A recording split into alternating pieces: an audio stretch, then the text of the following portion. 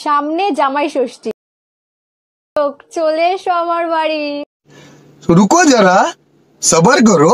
बोला धक्का बुक्की नहीं करने का, आराम से लेने का। हाँ। Thanks for watching. Please subscribe my channel. Please support me. Like, comment, share, review. সামনে জামাই ষষ্ঠী, চলে এসো আমার বাড়ি।